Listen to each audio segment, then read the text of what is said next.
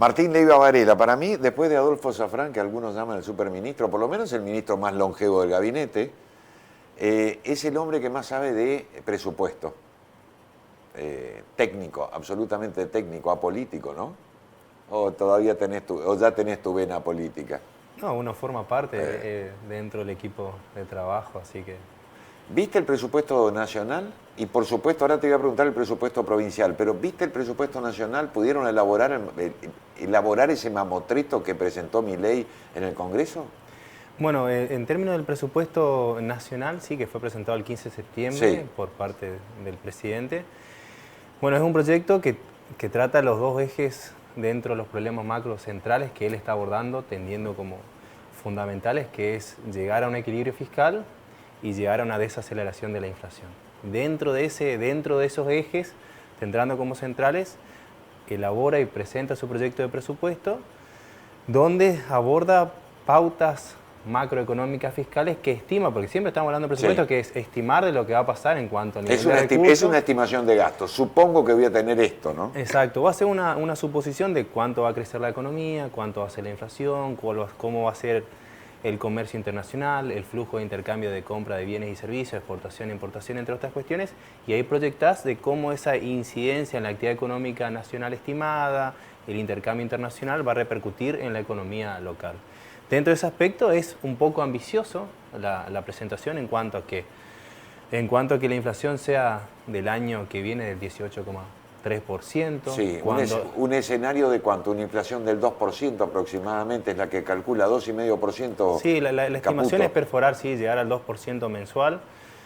Hay que ver cómo viene esa tendencia en lo que este año, que se cuesta mucho perforar el 4%. Se estima ahora que las consultoras para la inflación del mes de septiembre logre perforar. Es que por debajo 4%. Dicen que va bajando muy poco la inflación. Es decir, primero hubo una caída muy gruesa, veníamos del borde de la hiper que dejó masa, pero después se van descontando puntito por puntito. Cada punto cuesta mucho, ¿no? Exacto.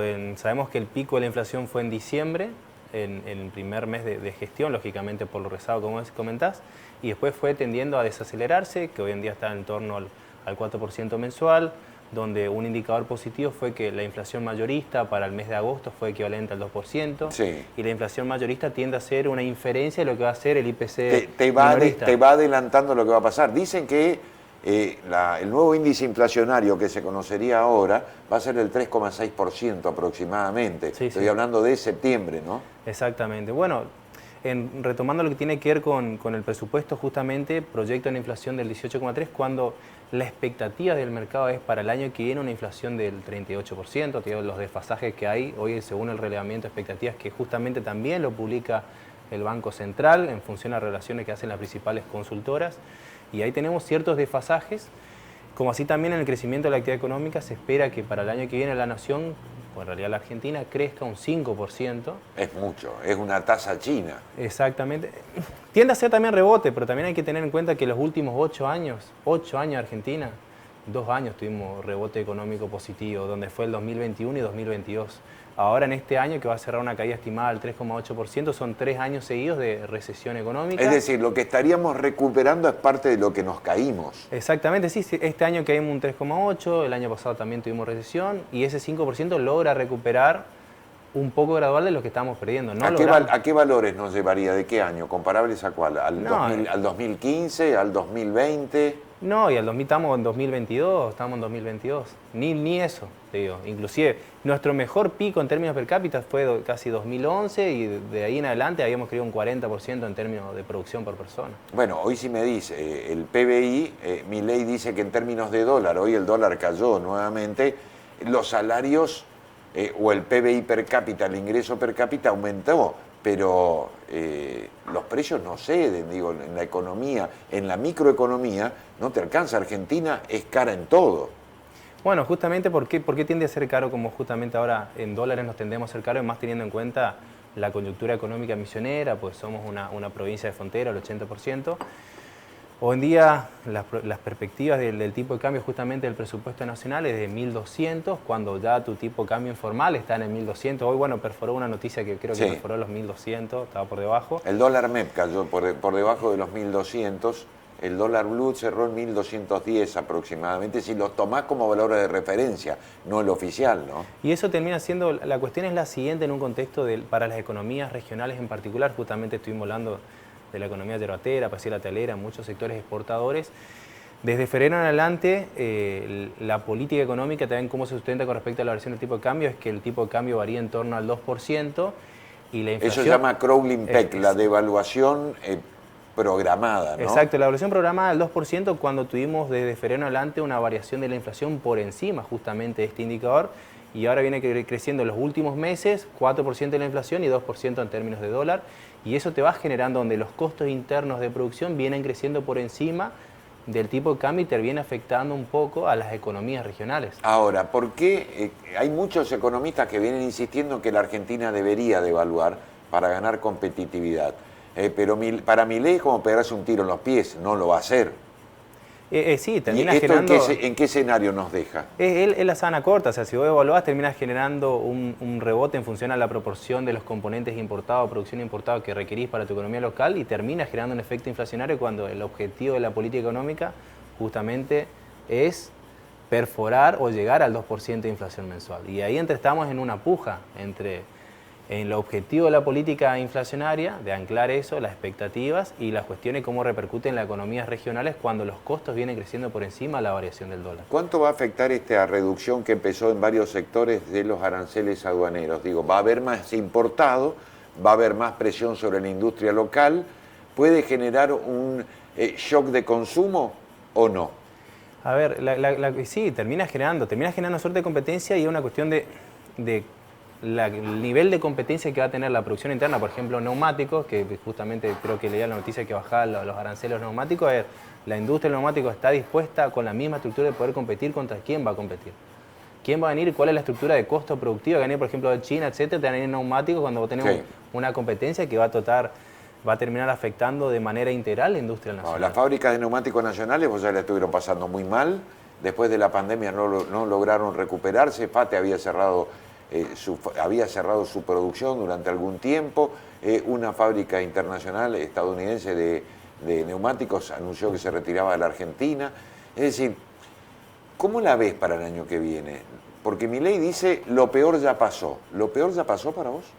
A ver, hay muchas cuestiones que este programa económico, como bien comenté, está como eje en dos cuestiones, problemas económicos macro, que es inflación y déficit fiscal, que es lo que está llevando al equilibrio fiscal, y la inflación tendiendo a niveles que vienen desacelerando. Pero la cuestión es que hay otros problemas macro que sí son sustanciales, como son el desempleo, como son la pobreza, que hoy en día hubieron indicadores que recientemente publicó el INDEC, que son datos alarmantes. Más del 50% de los argentinos son pobres. Exactamente, son datos alarmantes, no requiere justamente una opción de la política económica del actual, sino es una cuestión estructural también de la Argentina. Siempre veníamos teniendo niveles de pobreza altos y ahora en función a estas medidas, al menos en el corto plazo, se tendieron a incrementar con el ascenso en términos de desempleo, y la cuestión que esas políticas esos problemas macro hoy en día no forman parte del eje de la política en el corto plazo, sino estamos con el eje central de inflación y equilibrio fiscal. O sea, la situación social no está a la vista, hoy no está, a pesar de que los planes sociales se multiplicaron para tratar de contener esa creciente pobreza.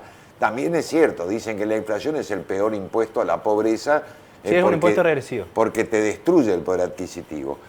¿Qué dice el presupuesto nacional en cuanto a emisiones? Porque hace algunos días Zafrán se reunió, me lo admitió por radio, con los ministros y le dijo, en lo que va del gobierno de Milei recibimos en millones 134 o 184.000. 184.000 millones menos de pesos. Sí, lo que justamente los 184.000 millones menos que va desde enero hasta agosto es una estimación en función a la caída de tres componentes sustanciales que corresponden a la actividad del Estado. En primera instancia, una es la coparticipación, es la transferencia de los recursos automáticos que percibe la provincia de Misiones. Recesión, menos venta, menos pago de impuestos, menos recaudación, menos coparticipación. Exactamente. Este programa económico es fuertemente recesivo, al menos en el corto plazo. Hay una caída sustancial del nivel de actividad económica, como bien vos comentás, si los comercios venden menos, se termina recaudando menos. Si nosotros analizamos desde enero hasta agosto, septiembre inclusive ahora, datos cerrados, el único mes donde la recaudación creció en términos reales, es decir, Fue el mes de mayo. Fue mayo. Por el vencimiento del impuesto a las ganancias, donde las entidades financieras hicieron uno de los sectores que más creció, hicieron una fuerte transferencia de recursos del impuesto a las ganancias, creció. Después, todos los otros meses, desde enero hasta septiembre, tuvimos caída que va del orden del 13% hasta el 26% caída en términos reales. ¿Qué significa esto? Que tu recaudación viene creciendo por debajo, de la inflación. Es decir, vos te estás girando la nación vía transferencias automáticas menos plata de lo que se van incrementando los costos de la prestación del servicio que realiza el Estado, porque término de costo de salud, término de costo de seguridad, y eso va generando determinados desfasajes. Me dijiste 3 componentes: coparticipación menos recaudación. Eso equivale de los 184.000, estamos hablando de enero a agosto, 107.000 millones se recibió menos de enero a agosto, producto de la caída del nivel de actividad económica y la adopción también de políticas económicas tendientes a bajar la recaudación. Eliminación del FONIT, del Fondo Nacional de Incentivo Docente, ¿cuánto influyó? Justamente eso forma parte de lo que se llama las transferencias discrecionales. Sí. Dentro de las transferencias discrecionales se pueden mencionar a grandes rasgos el FONIT, el Fondo Compensador de Transportes, también en lo conocido que viene, como subsidio al transporte. Subsidio al transporte. También hubieron en este año, al menos los primeros 8 meses, a las provincias que no transfirieron su caja, por ejemplo, caja previsional, sí, no se le ha transferido la cuota referida de los adelantos del anticipo como el déficit, y otros programas de salud, entre otros. Ahí es el segundo componente que, en términos generales, entre la caída de las transferencias discrecionales y también la inversión real directa, sean con obras que realizar directamente porque la además nación, cayó el FONIT, pero creaste el FOPIT, tuviste que salir a atenderlo con recursos propios. Con recursos propios. Después la diferencia entre los 184.000 y los 107.000 es justamente la caída de los discrecionales, que eso estimo más o menos 60.000 millones, y la diferencia son inversión real directa, que realizan obras que realizaba directamente la provincia, la nación en la provincia sin pasar por las cuentas fiscales provinciales. Y ese menú de obras que se había comprometido Guillermo Francos a restablecer, digo, en cuanto a la inyección de recursos nacionales, llegó algo de dinero, pero después dejó de llegar. No, justamente es un compromiso. En junio de este año el gobernador ha suscrito un convenio con el jefe de gabinete, Franco, donde justamente la nación se comprometió a finalizar con un plan de obras determinado, que justamente ahora se está haciendo un relevamiento de que esas obras acordadas estén en el proyecto de presupuesto nacional, y en caso de que no estén, hay un compromiso por parte del gobierno nacional de incluirlas y finalizarlas. Es decir, ¿A qué costo? Porque también hay una redefinición de costos. Vos me estás hablando de un país que tuvo inflación desde el momento que se hizo el presupuesto oficial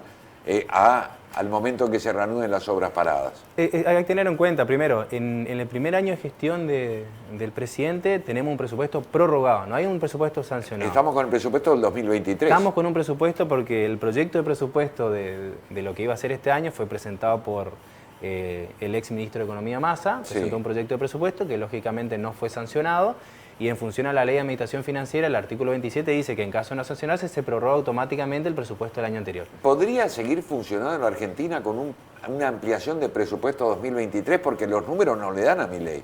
Si vos trabajás con el presupuesto del año pasado, ¿qué significa? Del 2023 significa que vos estás con un presupuesto que era presentado con pautas que se hicieron en el 2022 para el 2023, y sabemos que para este año en particular, nominalmente, tu presupuesto del 2023 tenés que hacer ajustes nominales que terminás... Es ficción. Exactamente. Porque la economía, el desborde de la economía superó todo eso. Se te terminó licuando, y eso permite la adopción de las políticas por parte del gobierno en realizar entre otras cuestiones, fuertes medidas de políticas anticíclicas con respecto a la participación del Estado. Hay una fuerte retirada del Estado nacional en la economía misionera, inclusive en datos históricos, como bien lo presentó el ministro de Hacienda de la provincia. Pasamos a tener una participación de los aportes no reintegrables del Estado nacional sobre el presupuesto del 15%, que tenemos en este año, era un estimado del 15%, y para el año que viene se estima una participación dentro de los aportes no reintegrables del 7%. Bueno, entonces te pregunto, si de coparticipación no va a llegar más en estas condiciones de recesión de la economía. O sea, sigue llegando, pero viene cayendo en términos reales hasta que la economía... No va a llegar más, te digo, en términos de aumento, de suba. No va a haber una explosión de consumo, por ende no va a haber más pago de impuestos, por lo menos nada lo presagia por ahora. Si se recortaron mucho los fondos discrecionales, no automáticos, si la economía, por lo menos la economía regional no está funcionando bien. Recién hablábamos con Caravén de la yerba, el té, la madera, que eran el tabaco, que eran puntales de recaudación provincial, no tienen síntomas de mejoría. ¿Cómo se arregla Misiones? ¿Ustedes presentaron un presupuesto dibujado o está en condiciones Misiones de cumplirlo sin salir a endeudarse? Que siempre fue de alguna manera una política muy dura de hierro de la renovación, no contraer deuda. Bueno, Misiones, obviamente Misiones está inserta dentro de la coyuntura de los vaivenes económicos nacionales que repercuten en la adopción de las políticas públicas, pero en el correr de los años de 2003 hasta la fecha, la fuerte política de desendeudamiento permite liberar. Anteriormente vos debías, por ejemplo, primera vez, si vos estás muy endeudado, gran parte de lo que vos tenés de tus recursos fiscales vos eran destinados al pago de los servicios de deuda. Misiones pasó del 2003 a deber un presupuesto y medio a hoy a deber el 4% de un presupuesto.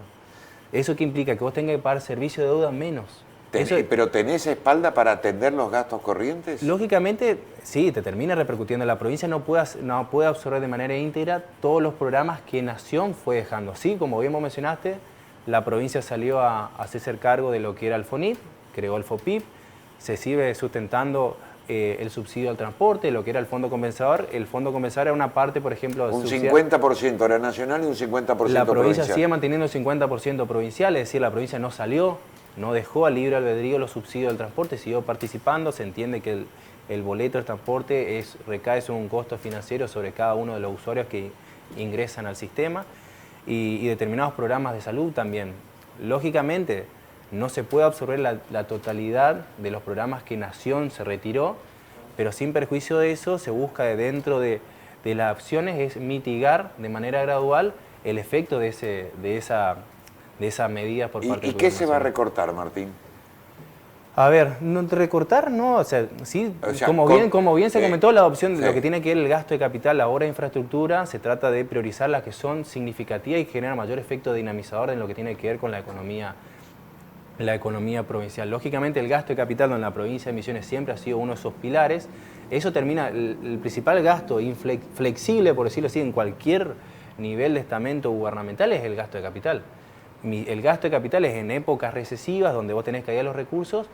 La primera variable bisagra de cada uno de los estados es el gasto de capital. Bueno, la otra es el gasto en salarios también. Es cierto que el gobierno se comprometió a no aumentar más plantilla de personal. No sé cómo está en la ratio Misiones respecto de cantidad de habitantes y cantidad de empleados públicos. Fíjate, Misiones se ubica en el puesto número 6, sacando a las 4 primeras provincias más ricas en términos de cantidad de empleo público sobre cada 1000 habitantes. Estamos 54 personas de empleo público cada 1000 habitantes, cuando, por ejemplo, estás las 4 provincias ricas y estás alta. O sea, somos el 6º de 24 jurisdicciones, es decir, Misiones es una de las jurisdicciones que tiene menos empleo público cada 1000 habitantes. Por cada 1000 habitantes. Eso también genera es que el gasto de personal no es tan condicionante en gasto personal, porque no es que dicen ahora Misiones es generadora de empleo público. No es Santiago del Estero, no es Formosa, no es Catamarca. No, inclusive está demostrado cuando van a analizar los indicadores del NEA,